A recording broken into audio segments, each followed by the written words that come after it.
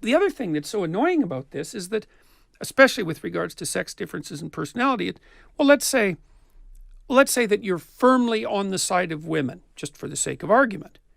Well, do you admit to or deny the existence of sex differences in personality? What's better for women? Well, the radical leftists basically say, oh, well, if you talk about sex differences, then you're part of the oppressive patriarchy and you're attributing to women a different kind of temperament in the attempt to continue the suppression. But I could just as easily say, it's like, well, wait a second. Like, if you want to give the individual the greatest degree of freedom, you say, look, you're different from another person. You're different on the basis of a variety of your characteristics, sex being one of them. That's going to have some effect on what sort of choices you want to make in your life. It's like, go ahead and make whatever choices you want, as far as they're a direct expression of your being. And so if you deny the existence of these sex differences, which no serious commentator in the psychological literature, in the personality domain, and those are the people who know about this thing, nobody debates whether or not sex differences in personality exist, or that they have a biological component. And what's also interesting about that is that none of those people are conservatives. There are no conservative psychological researchers to speak of. They're in a tiny minority. So the people that have done the research indicating that there are differences between the sexes in personality, and that those differences have in part a biological component, those are liberal and left-leaning people who've drawn those conclusions, despite what their ideological presuppositions might have suggested to them to begin with. So, it's, I don't know what to say about that, except that it's all appalling.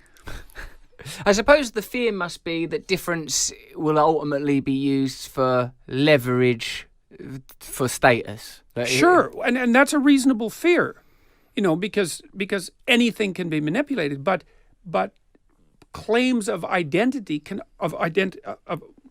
claims that people are identical in some way can also be used for the same reason. If I insist that everyone is exactly the same on all dimensions, there's just as much of a totalitarian threat lurking in there as there is the threat lurking that we'll use differences as an excuse.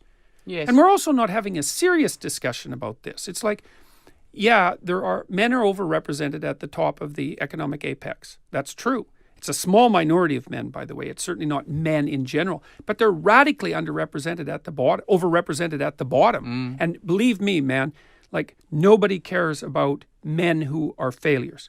They are like off the bloody radar. Yeah. So and there's no sympathy for men who are failures. So men stack up at the top and the bottom.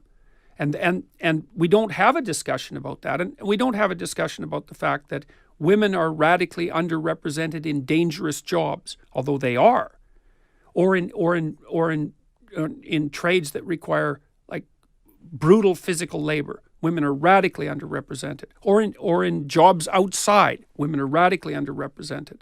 So the complaint is always, well, if you look at the top 1%, there are more men than there should be, by pure sex division. It's like, well, yeah, but if you look at the bottom, the reverse is true.